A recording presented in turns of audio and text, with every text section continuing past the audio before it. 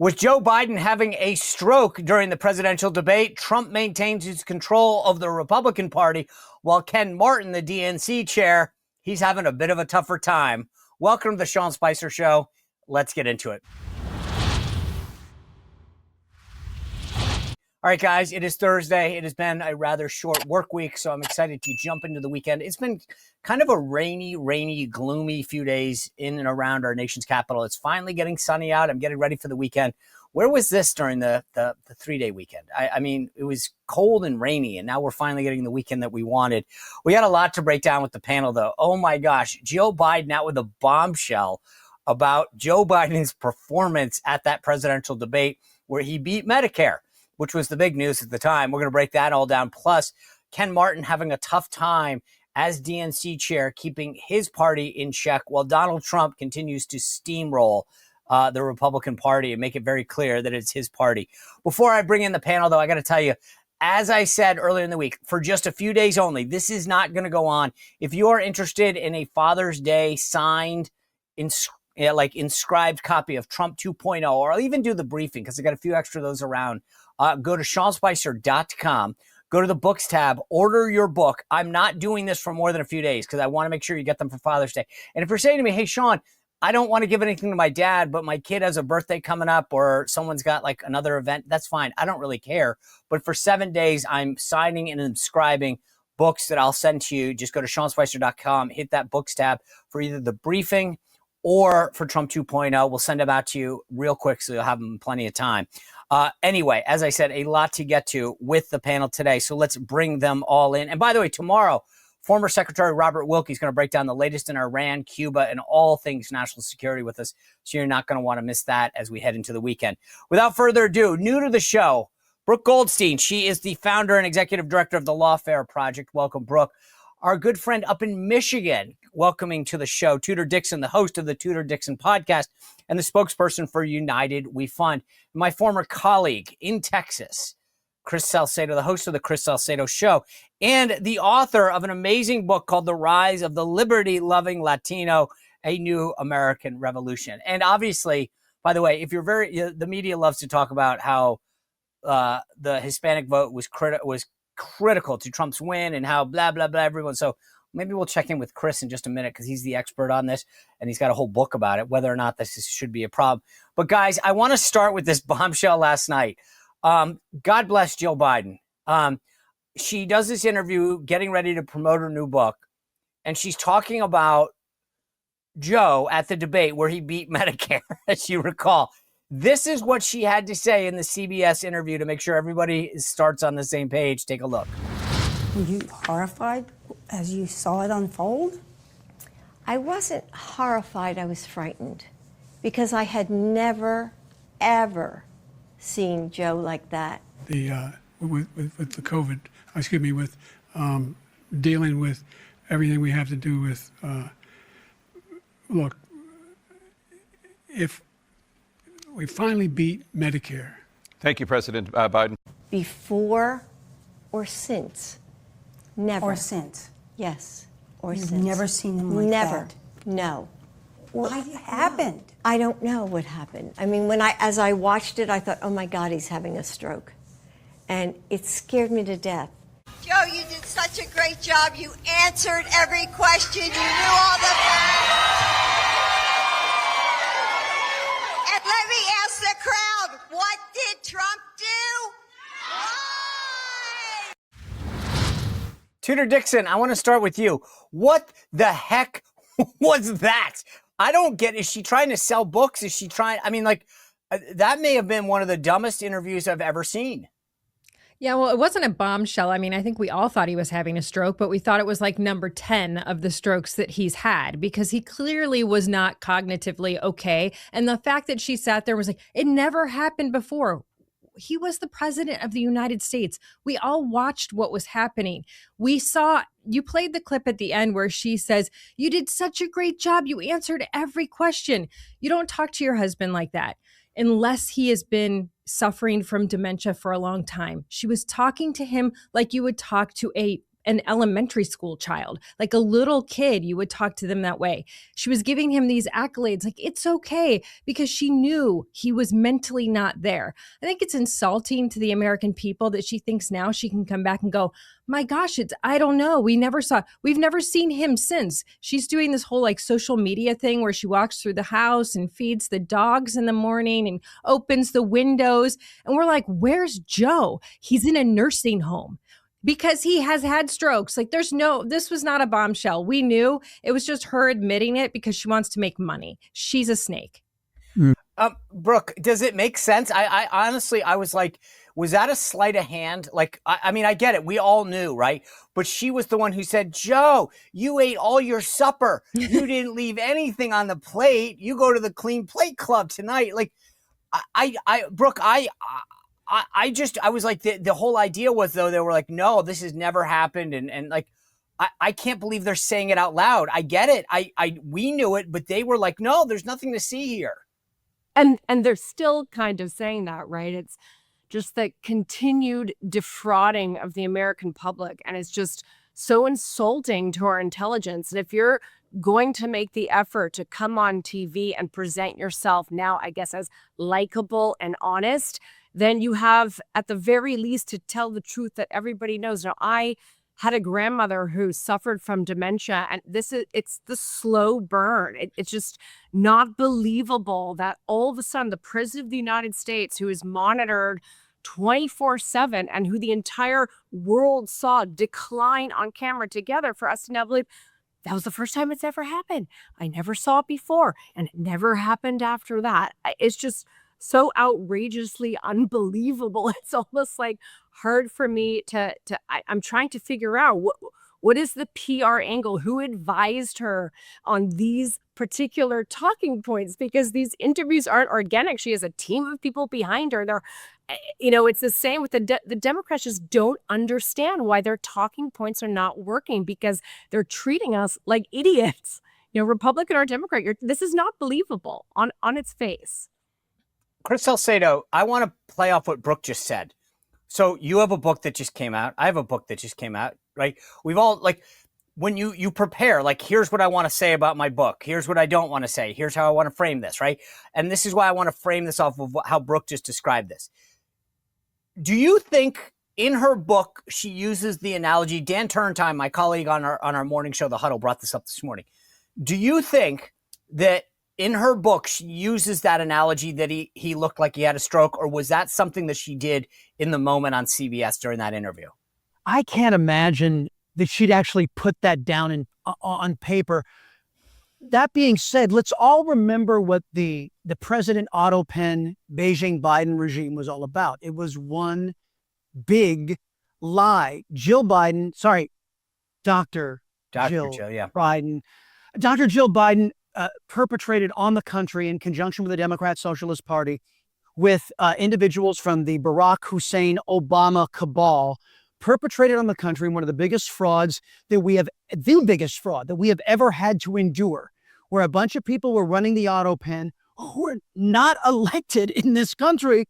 And Joe Biden and Dr. Jill Biden got to play White House for 4 years at the expense of the country. And Democrats do what Democrats do, revisionist history. And that's what they're trying to do, putting into all these books that are going to revise history from what we all saw with our own two eyes. It doesn't pass the smell test. Democrats' number one job, Sean, and this is from press secretary all the way to their elected officials, is to gaslight the country. We saw it with Barack Hussein Obama. We see it with Beijing Biden. That's what the Democrats do.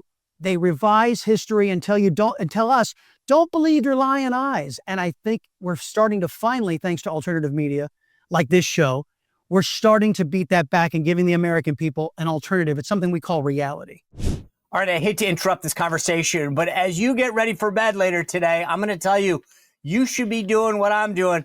If you're a watcher of the show, look at this. Look at all of my empty bags of Beam Dream Powder. I crush this stuff. Look at all of them. I get asked this all the time. Do you really use the Beam Dream Powder? And I wanted to show you all those empty bags because every night I take one scoop before bed, put it in some water. I do 30 minutes in the microwave unless I'm traveling. I use water. Some people say milk. Regardless of what you do, what flavor you choose, it is amazing every time. And there's 5 all-natural ingredients in every single scoop. Reishi, apigenin, L-theanine, magnesium, melatonin. That's the best part about this. It is all natural. When my head hits the pillow, I fall asleep, I stay asleep, and I feel ready to go when I wake up because Beam's Dream Powder is all natural. And right now, and I told you this before, I don't know when this will stop, but if you go to shopbeam.com/Spicer, use code Spicer, you can get 40% off. This is the best deal that Beam's Dream Powder has ever given. I swear by this stuff. I love it. It tastes great. You can choose whatever flavor that you like. I like the cocoa one myself, but the brownie batter one, the peanut butter, the peppermint are all great. Go to shopbeam, B-E-A-M, shopbeam.com/Spicer, code Spicer for 40% off for a limited time. Now back to the discussion. So let me just ask you guys this. Does it matter? I mean, to Tudor's point, we all knew it. She's just saying what we knew. I mean, to some extent, maybe Pete Buttigieg or Kamala Harris is going to have to answer for this. But I guess the question is this just like finally she admitted what we all knew and it's a great one-day story and maybe she tries to sell a book, but does it even matter? You're just telling us what we knew. And are we going to laugh about this for a day or two and move on? Or will there be any legs to this? I mean, I think the Democrats think it matters because I think it's deeper than this. I think they have this bad autopsy. They've looked at 2024 with great sadness and disdain, and they think that this is all just a fluke that they lost. And they think that this is a great way to explain that moment away. And then all of 24 goes away. Like, oh, yeah, it turns out maybe there was something wrong with him.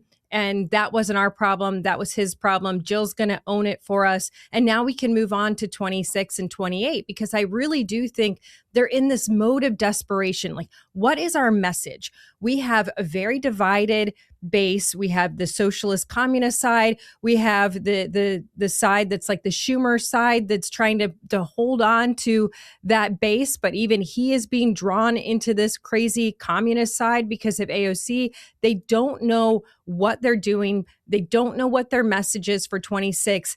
They have Biden hanging over their heads because no matter what, people keeps going back to, well, this is what you did in 24.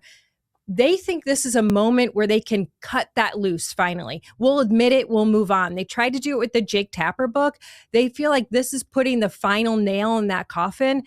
I think it's a huge mistake for them. I think they just opened this can of worms right back up, and they did it without a message for 26. So they're still heading into the midterms, not knowing they have Graham Plattner, they've got Tallarico, they've got Abdul Syed, they have got these radicals in their party, and they're still trying to figure out how to make 2024 go away. Give me a break. I forgot about the Tapper book. Brooke, Tudor mentioned the autopsy. This is Cory Booker. He was asked about, remember, I've been part of one. We did one at the RNC after 2012. I got to be honest with you, this whole thing, and we'll get into it, but this was Senator Cory Booker of New Jersey commenting on their autopsy. Take a listen. The American people have lost trust because of all politics as usual. People are suffering, people are hurting, and they're going to support the leaders. And I'm seeing this in Tallarico, in Ossoff, in Cooper, in North Carolina, that those leaders are stepping up and saying, I don't give a damn about parties. I care about people. You cannot lead the people if they don't trust you. And that's what's lacking right now with party apparatus. But the people running out there that I'm running around this country trying to support, they're building real trust with the American people. And that's my hope. All right. So, Brooke, he's basically saying, yeah, autopsy, schmautopsy, right. And I get it. I mean, I'll put this in the same bucket. I don't think anyone in America cares whether the DNC did an autopsy or didn't. I didn't need an autopsy to tell me that Joe Biden wasn't fit to be president and that Kamala Harris is cringy. I didn't need that. I will say this. I thought the whole thing was stupid from the jump. The guy, they got one dude who's like a tainted old operative to supposedly lead this effort. And I still don't know how you ever thought that was going to work out well. But I'll ask you the same question I asked about these Jill Biden stories. Does the DNC autopsy story matter? I think the question is more poignantly, if everyone knows what the issues were in the campaign, do you really need an autopsy to tell you? Well, it's interesting because I think the story actually isn't the autopsy itself, it's the reaction to it. The fact that you have, yes, a document. We all know Kamala was not the candidate that America was going to elect. She was absolutely ridiculous. The party is centered around extreme hatred. That's all it was, hatred against Donald Trump. The American public did not go for it in record numbers. But now this reaction to an autopsy, a document, it's like 191 pages long. On almost every page is a disclaimer. Oh, this is not, representative of what the Democratic Party is. But so you're doing an autopsy. For what purpose? It doesn't matter if you're not doing it in a way that's actually going to give you insight. And I think Tudor was right. They don't know what their messaging is even after they did the autopsy. Like it's not indicative to them. They're not learning from it. They think messaging is TikTok and clickbait. And that's why Tudor said they're going to super extremism. And now, it's swinging back like, whoa, maybe this extreme stuff isn't working. Maybe all this crazy Nazi anti-Semitism stuff, progressive woke BS is not working. And so we're swinging back. And now you have Cory Booker coming out, and he is such a refreshing voice to have. And I'm really comforted. And I have hope, actually, for the first time, that maybe politics is going to stop swinging to the extreme left, at least on their side. But then obviously you have the issue of the right now and the woke right, which is their, the conservative version of the clickbait. And I know that groups like Turning Point and CPAC are doing their own analysis. They're not publishing autopsies, but they're doing their own analysis about, well, are these messages, what really is MAGA? Are these extreme messages on the right, working for us? And I hope they can come to the same conclusion, that Cory Booker is that no, this is all un-American. We all have to be a little bit more centric. So that's what I think. Chris Salcedo, before I move on from this, I will say Ken Martin, the DNC chair, the only people that can remove him are members of the DNC. Okay. And there's a lot of talk about how bad he's doing as the leader of the DNC. But at the end of the day, the only ones, it doesn't matter what Chuck Schumer thinks or Hakeem Jeffries or any of these people, because they're not members of the DNC. So the question I have for you is, my colleague, as I mentioned on the huddle, Dan Turrentine, said that there's a good chance that he is gone, that the wave becomes so big amongst DNC members to get rid of Ken Martin that they boot him and force him out by July 4th. I just don't think it matters, to be honest with you. No one is looking at the DNC for leadership. True. And you know what? When we're sitting here talking about the past, Joe Biden, and did he have a stroke? Did he not? We're not talking about the important things that the Democrat Party did while they were in power for the 4 years of President Otto Penn. They did real and substantive harm to the country. Now, there are a lot of Republicans, the Paul Ryans of the world, who just want to, quote, move on. And, calling those who are conservatives, for example, extreme for wanting justice for what was done to harm our country. For example, opening up the borders and allowing 15 million criminal illegal aliens to bust into our country, millions of them unvetted who went on to do serious crimes. What about the lawfare when even the Republican Party itself, the entire apparatus of the Republican Party was illegally surveilled by an all-powerful government that was accountable to no one, using government taxpayer dollars to censor free speech? This was done by the Democrat Party. Did Joe Biden have a stroke? Hell, I don't know. But maybe we can focus on the real harm that was done to real Americans, not just the President of the United States, President Trump, but real Americans, and talk about some sort of accountability. And that's what's missing right now. This is what I'm experiencing here in Texas, going through a bruising primary runoff campaign where Republicans were actually spending hundreds of millions of dollars to defeat a conservative rather than defeating socialists and Marxists who did real and measurable harm to this country. And it's a fine discussion to have, to say, look what the Democrats did. Look at the fraud they perpetrated, still perpetrating on the country. Look at Minnesota, look at California, look at New York. But still, where's the accountability for what they have done? And it seems the current version of the Republican Party has no interest in bringing any accountability to dissuade Democrats from exploiting and harming this country in the future. And that's a big concern for a conservative guy like me. As it gets warmer out every night, for many of us, you wake up in the middle of the night. You know what it's like. Your sheets are glued to your legs, matted to your neck. You're tossing and turning. It gets a little hot. I'm telling you, for many of us, we crank the AC down, but I have a much better solution because you don't have a thermostat problem. You have a bedding problem. And guess what? Because it's Memorial Day, you can get 20% off your Boll and Branch sheets with their Memorial Day sale. Their organic cotton is woven for airflow, not just softness. I'm telling you, this is a total game changer. When you go into a set of Boll and Branch sheets, it's literally like staying at the nicest hotel that you've ever stayed at in your life.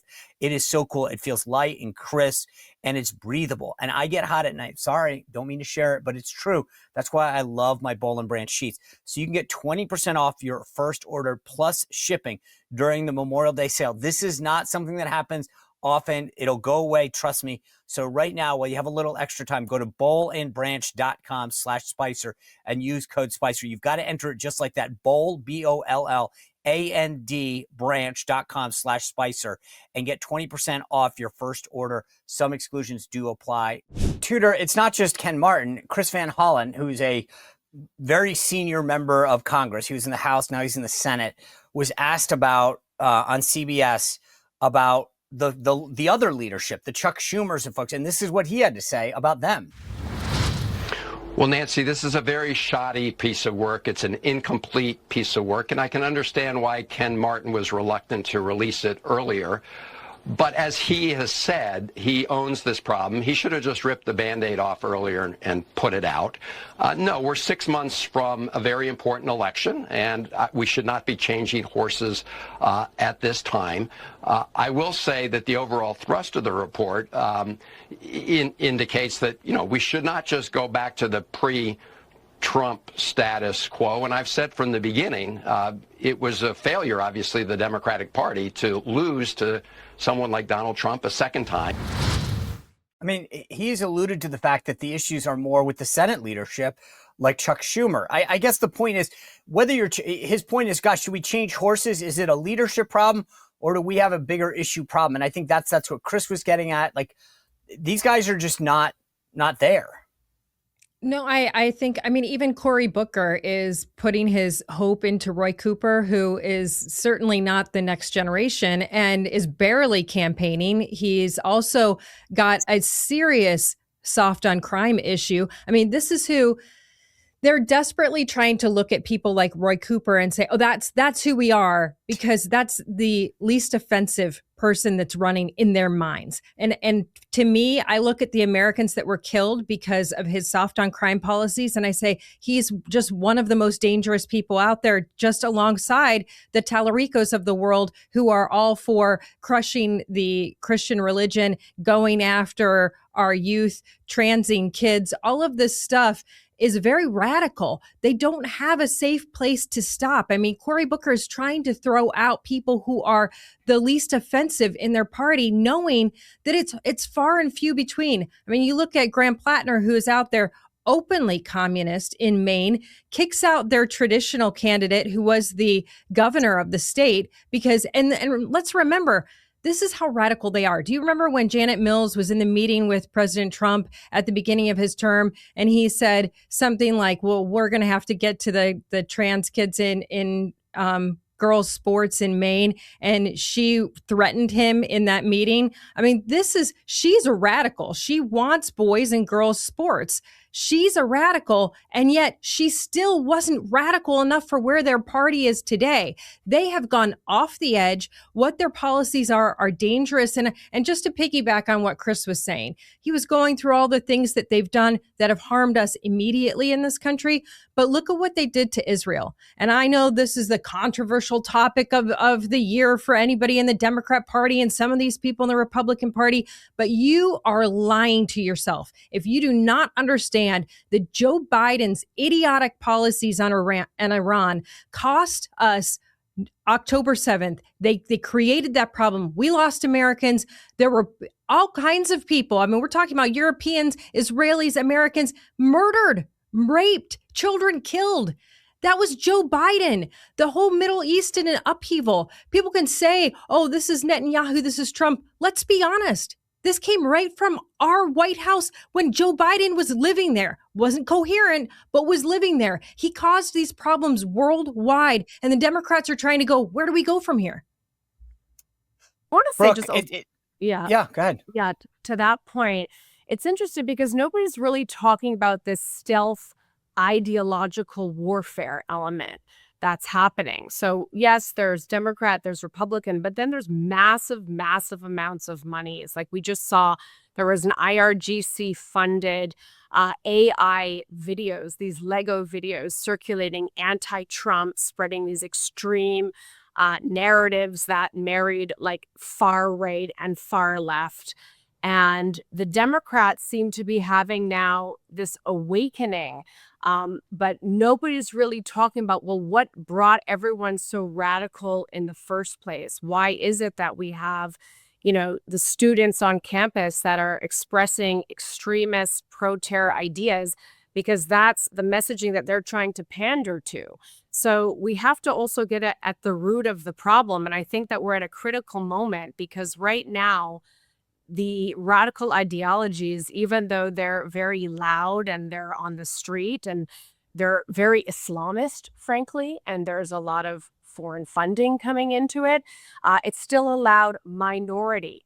But, this is a product of 20 plus years of the DEI, critical race theory, education. And we are actually just finding out now in our lawsuits that a lot of the diversity, equity, inclusion ideology was funded by Qatar, especially, on campuses like Carnegie Mellon University. So there's such a bigger issue here right now beyond, okay, what messaging are we going to use to why is our society being radicalized? How do we stop the foreign funding coming in? I think the Republicans need to, use this as an election issue. There need to be protections, online for at least for children, so that they're not exposed to this kind of stuff. And maybe when we deal with the root of the problem, then our political parties will be able to come, back to reality, I guess. Well, Sean, if I can just jump in and to buttress what Brooke is saying, I think that there has to be a legitimate discussion in this country to be able to call a spade a spade. And I think in conjunction with a left-wing press that is designed to push narrative over news, with a government education system that even Republicans are turning over our children to some of the most left-wing kook thought and ideology, which is on display, which was just discussed about, oh yeah, let's just go. Jew hatred is becoming mainstream, in my view, because of the left-wing domination of media and the left-wing domination of education. But it goes so far beyond that. It's a revisionist history, and it goes right back to how we started this whole conversation about Dr. Jill Biden writing this book. It's all designed to revise history, to exonerate the Democrats for what we know they have done. People who have left-wing thought. I shouldn't say Democrats, because there are plenty of America Last Republicans who are in conjunction with those very same Democrats pushing the same dang counterproductive, counter-American narrative and agenda items in our government today. Me, Sean, I've been talking about the new political dynamic in this country. It's not Republican versus Democrats. Hell, it's not even conservative versus liberal. It is America first versus America last. And where are you? I am talking to you from a state right now where in the primaries, it's going to be James Tallarico, right?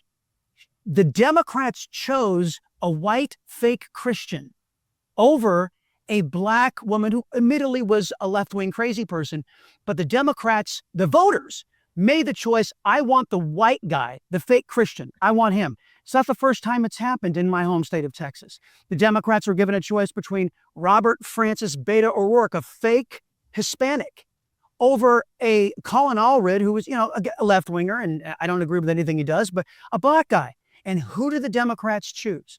They chose the white fake guy. The Democrat Party has a real serious problem. Left-wing thought has a real serious problem with the truth. And everything they do, from the media to their operations politically, is all designed to hide the truth from the American people so we can't have an honest conversation. And opposing Democrat racism is not radical. It's what Americans do. Opposing lawlessness is not radical.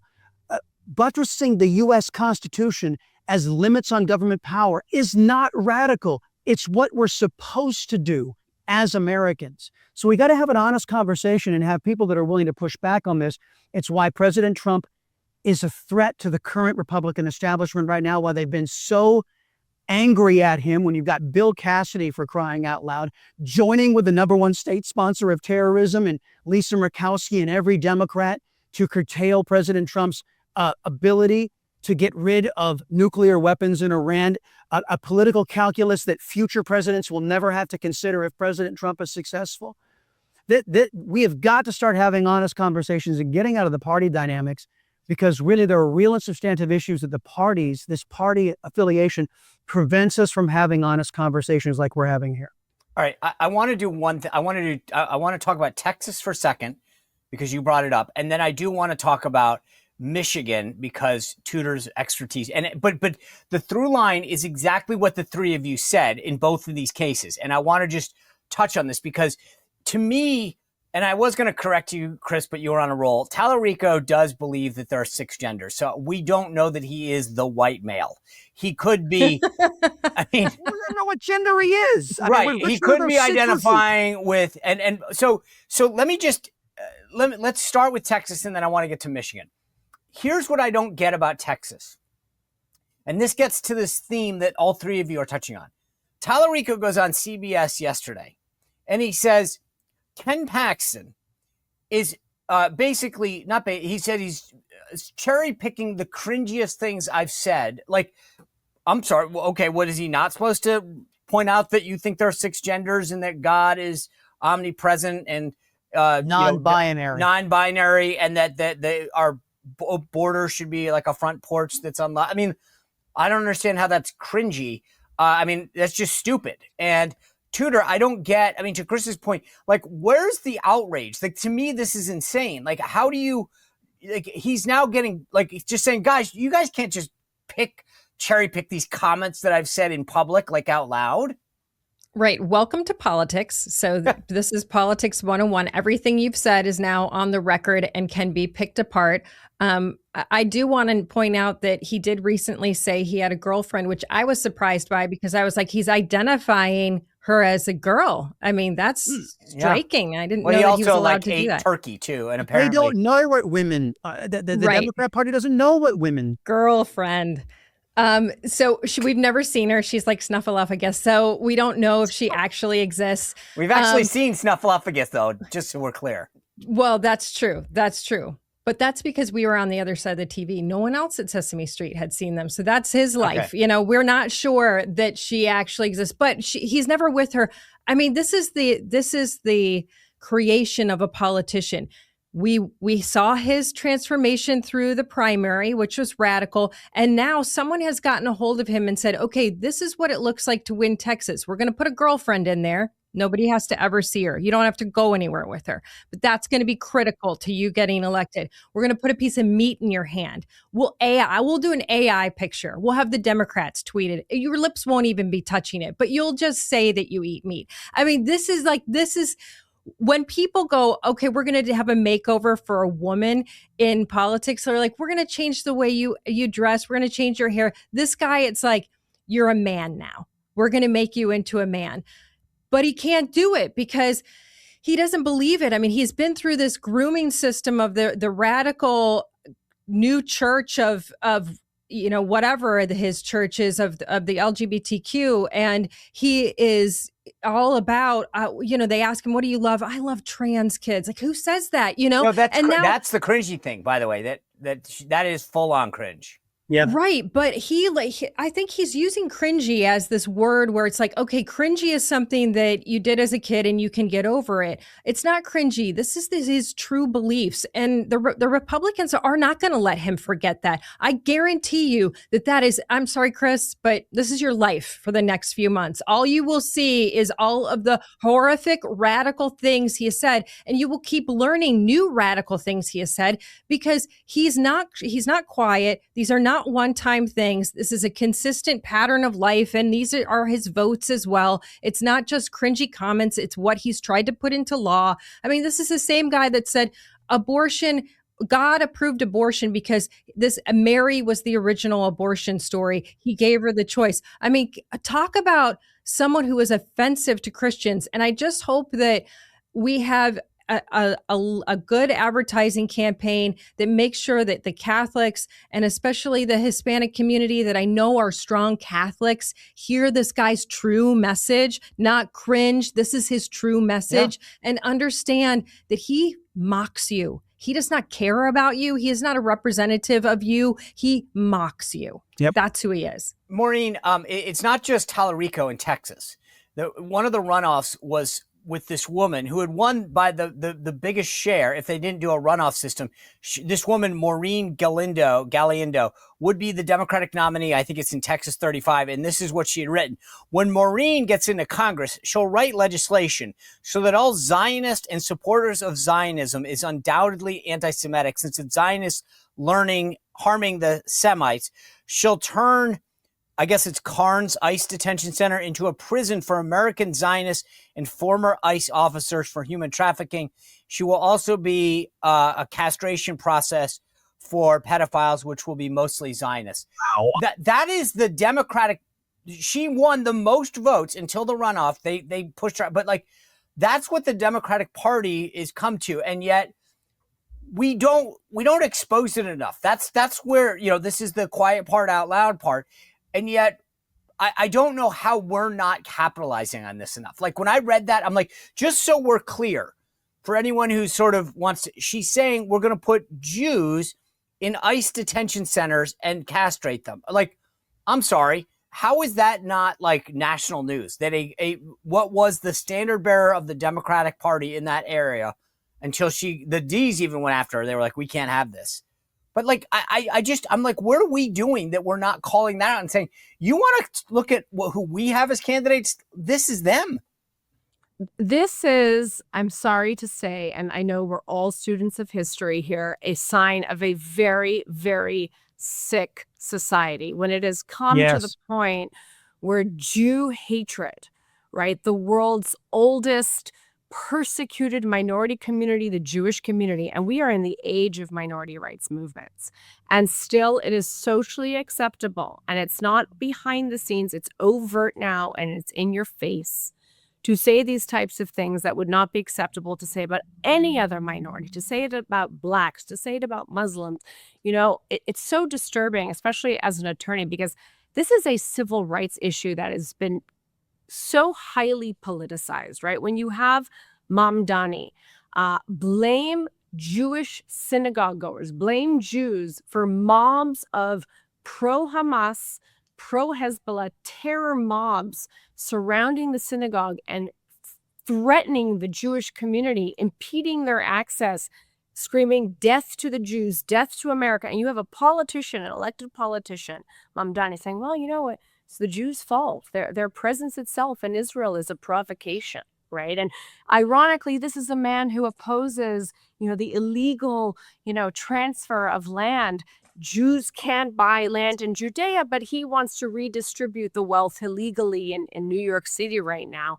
Jew hatred is a virus. It is a disease. And, I'm the founder of End Jew Hatred. We just did a protest in New York City. And what was so remarkable to me was a protest against extremism and hatred. It was interfaith. We had Muslims show up. We had a Muslim speaker, Anila Ali. She's wonderful. She since has been threatened and told to go to hell by a Democratic lawmaker in Brooklyn for standing up for her, for Jewish New Yorkers and the protection of their civil rights. We had Christian speakers. We had Black speakers. We had everybody come together because they realize extremism, even though it's, anti-Semitism, it's an issue for all Americans. And it's a sign of the degradation of our society. We have to get this under control. Brooke, I mean, and it bears pointing out that because of the timidity of the Republican Party, there is a Democrat in Maine who is polling ahead and likely will win, who has a Nazi tattoo on his chest. All of a sudden, Democrats are like, yeah, Nazism is cool. Chris, I don't mean to correct you again, but a lot of times you can walk into a tattoo parlor and say, hey, that one looks nice, put it on my chest, and not have any clue that that's a Nazi tattoo. But he's admitted it. I mean, He's admitted it. No, but here's what he admitted. He said, I had no idea. And that's where I think, like, at that point, you're just plain stupid. The idea that you go to a tattoo parlor and be like, hey, what's that thing up in the corner? I'll do one of those on my chest. And look, I'm saying right now, the guy with a Nazi tattoo on his chest is acceptable to the Democrat Party. Oh, yeah. Why? Because he's a Democrat. Everything that Brooke was talking about, all the anti-Semitism, all the racism, everything is cool as long as it features Democrats making an advancement, advancing their political idea and their ideology. I'll give you another example. Tallarico, back here to Texas. Do you know who's responsible for inventing James Tallarico? Republicans. This is, I know I'm going to shock many of you around the country. Here's the current Republican Speaker of the Texas House was elected by 49 Marxist Socialist Democrats and 36 fake Republicans. You guys do the math at home.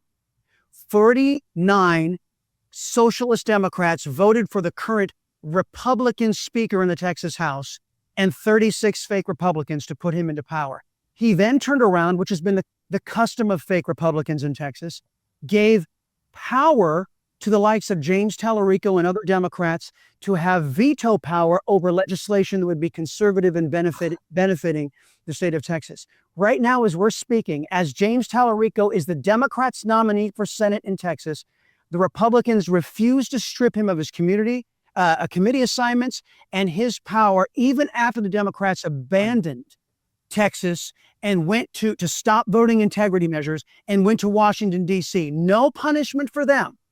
So this is what I've been talking about how the two-party system is really not serving us very well because it's more of a uniparty system right now, to the point to where Democrats can openly embrace these radical left-wing anti-American policies and people, and they never get called to the carpet. To your point, Sean. I know. Tudor, why is not national news? But before we get to winners and losers, Tudor, in 30 seconds, just politically speaking, okay, if Abdul al-Sayed is the Democratic nominee, does Mike Rogers win the U.S. Senate seat there? Okay, just give me 30 seconds politically, or are we missing the boat? Is this going to be a tougher race? Because we got to get to winners and losers and our time is running short. I think it's going to be very tight. I would love to say it's an automatic win for him. I don't think that al-Sayed does well in northern Michigan, in western Michigan, certainly not in the UP. But I think that they have a machine here that we don't know about that is different than what they have in other states. And the Democrats tend to get votes that they find mysterious places. He's trying to convert college students. He's going to get those votes in November. I don't know if he can win without them in August, but he's headed that direction. So I think it's tight no matter what. Just as a reminder, we're about to celebrate or memorialize the 25th anniversary of 9/11 and then potentially elect a guy who is a 9/11 denier. That's a whole nother story. All right, we got a couple minutes to do a quick losers and winners and losers. Brooke, you're new. Give me your loser of the week. I'm going to stick with Zohran Mamdani, who just continually exposes himself as though we knew, who he was all along, but he is such a radical. And now there's legitimate calls for Governor Kathy Hochul to remove him, as she should. Wow. Chris, who's your loser?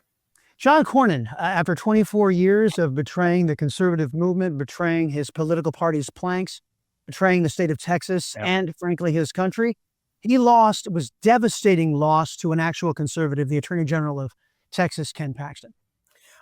Okay. Tudor, who do you think lost the week? Here in Michigan, it's Mallory McMorrow for sure. She was riding high early in the Senate campaign. You just talked about Abdul because she's so far behind him. She fought him on the progressive side. She's lost. Her days of licking her lips at the DNC, I think, are done. All right. Normally people take the ones that I think of because I always go last. And so I always have a backup. Neither one got taken. So I'm going to use host prerogative and tell you both. The number one, I think the Democratic Party, after this whole failed autopsy, then had the gall to put out an image on Memorial Day saying, these are Americans who died in Trump's war with Iran. That was how they celebrated Memorial Day. It was so badly received. Even other Democrats crapped all over it and they ended up taking it down. My second, though, goes to the press secretary for one aforementioned Graham Plattner, who emailed Dave Portnoy, the president of Barstool, asked him if he would like to have Graham Plattner on his show to talk about this new ad that they had going against private equity in the Red Sox, to which Dave Portnoy responded, so isn't that the Nazi guy? And the press secretary said, ha ha. And he goes, so you want a Jew to platform Graham Plattner? Are you kidding me? And the guy said, Dave, can we get to a place where we can just talk about the Red Sox? What a bonehead move. Anyway, those are my tie losers. I'll go to you, Brooke, real quick. Who do you think, we got to be tight on this, who do you think the winner is? Well, I just changed it right now because we didn't get to the story. And I want to just mention Mark Cuban because I think that he's come out publicly and, it's, healthcare and the affordability of prescription drugs is like still one of those issues that we want to count on people to support the President Trump. And he came out, even though he's a critic, and he said Trump is right. And I just want to give him some kudos. He's definitely getting kudos for what he did on Trump RX because I think it's a smart business move. Chris Salcedo, give me 20 seconds who your winner is. The Mandalorian and Grogu. I'm hearing that it's not a great movie, but I'm hearing it's a good movie, and Star Wars fans are walking out of the movie theater satisfied, not regretting the money they spent on woke Disney. So, The Mandalorian and Grogu, new offering from Star Wars. Okay, just going to be clear. Star Wars had 3 movies, and then it was over. Star Wars, Return of the Jedi, and that's it. I don't acknowledge anything after that. Tudor Dixon, bring us home.